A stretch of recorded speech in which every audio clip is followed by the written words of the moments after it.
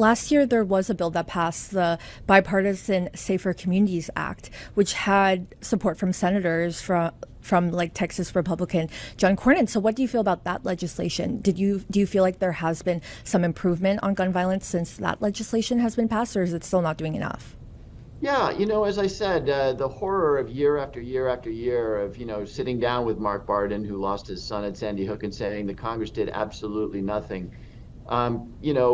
When we passed the Bipartisan Safer Communities Act about a year ago, for the first time in almost a generation, actually, we passed, I would call it weak. There's an awful lot more we need to do, but we actually passed some measures that will save lives. Enhanced background checks, which we think is already out there saving lives. Money available for schools as grants to better protect those schools. Money available for mental health care to try to identify and maybe stop some of those very angry people who often are involved in these killings. Frankly, we don't talk about it enough, but 2/3 ish of the gun deaths in this country are suicides. And there's obviously a mental health care component to that.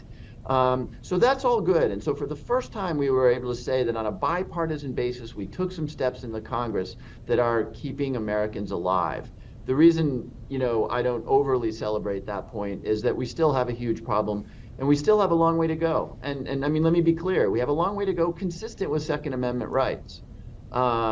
Things that we could do, things that don't get talked about. Again, those suicides, safe storage. We don't talk about it at all. But, if we just had standards for people who are entitled to keep and bear arms, in a way that makes sure that the teenage child doesn't stumble on them, to make sure that they don't get stolen and used in a crime, there's just so much more that we can do.